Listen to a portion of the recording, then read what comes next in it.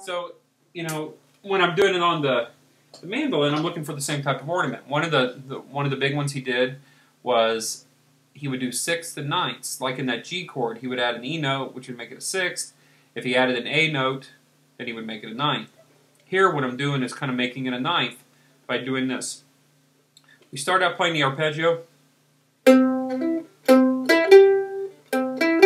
That's a straight triad. That's C on the 5th fret of the G string, E on the 2nd fret of the D string, G on the 5th fret of the D string, and landing on the C note, which is the 3rd fret of the A string.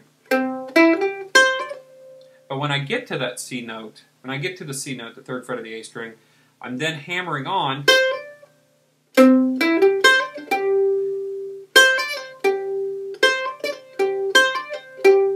So I'm doing a hammer-on pull-off, and this tends to be a difficult process for some people. But I'm holding down the 3rd fret with my middle finger, 3rd fret of the A string. I'm then taking my ring finger to hammer on to the D note on the 5th fret of the A string, and then immediately pulling off with that same thing. It's only one pick stroke, but I'm doing 3 notes, little triplet.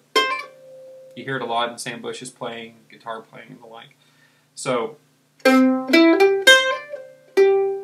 I'm landing back on with my ring finger on the 5th fret of the D string, which is a G. Okay, the B. Then we go to the B flat chord. This is a standard B flat position. You'd see it in A.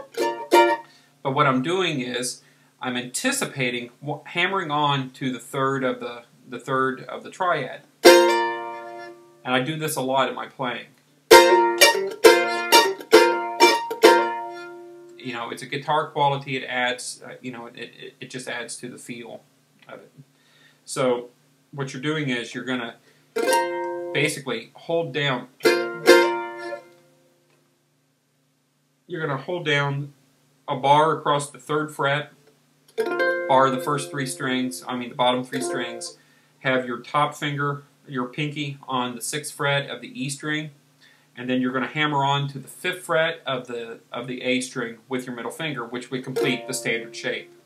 So, and then we're going to go to that open F. I'm sorry, the mandolin's getting a little attuned. Now, you remember at that point on the guitar, you've got the bit where it goes. What you have to do is jump up to the triad, jump up to the double stop that I showed you earlier. So when we're down to the F, let's see.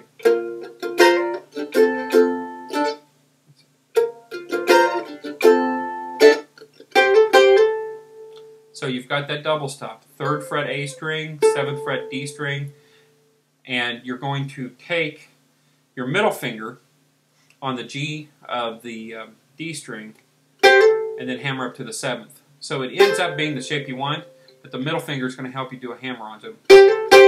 So instead of just... So it kind of looks like a C shape with the C and G note, but then you're going to hammer on. So you've got... In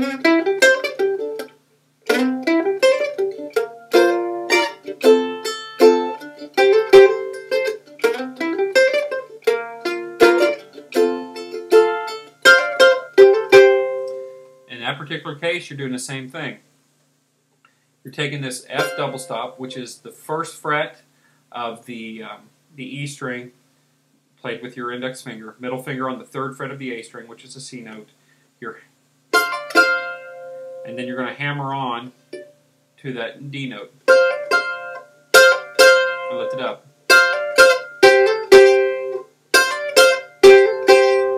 And then you basically repeat the shape. You move it up 2 frets from the 1st fret to the 3rd fret and move it over a string. So here.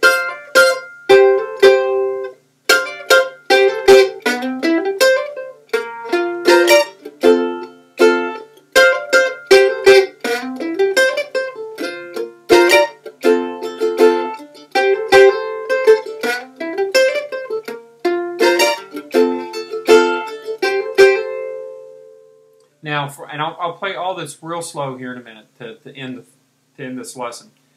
I don't have a whole lot of time.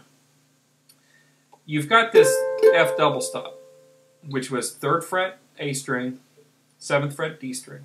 If we move that up 2 frets to where you're playing 9th fret, 5th fret, that is a G double stop.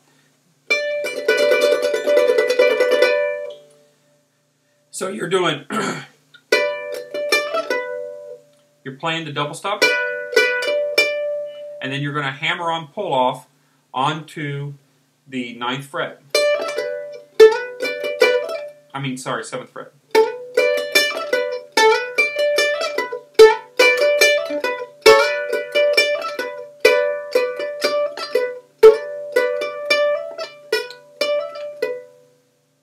It's a lot like what we were doing down here. Kind of the same thing. And then we're going to move that up 3 frets to where you've got the 8th fret of the A string and 12th fret of the D string. That's a B flat double stop. And then you're going to play the double stop, and then you're going to hammer on pull off the 10th fret, which would be a G note, and then land on the 12th fret of the D string. And then you would do your walk up. So that's a very quick lesson. But what I'm doing to play this song is I'm thinking arpeggios to break up the chord and kind of lead into another chord, like what I'm doing with the C. It also leads me up to do an ornament, which you hear in Hendrix's playing. To get some of those kind of country-ish type sounds, Norman Blake guitar sounds, where you have a C chord or an F chord on guitar and you're hammering onto the 3rd, I take a shape like this and do the same thing. It's more mandolin specific, but comparable to what's being done on guitar. Then, when I have a chord like the F chord, and I have an open A, and I can't really do the hammer on from the G to the A to get that same sound, I have to move up to this double stop. And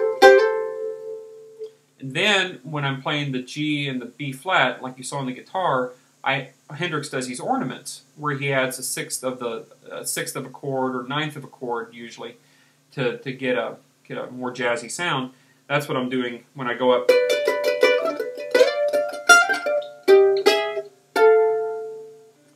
So I'll play it through real slow. I'm sorry that this is just one of those songs that we could really kind of study it. I'll try to have some tab up, but it's mainly just a quick lesson, though it's not been so quick. Just to kind of break it apart so you can kind of see the individual parts of how it does.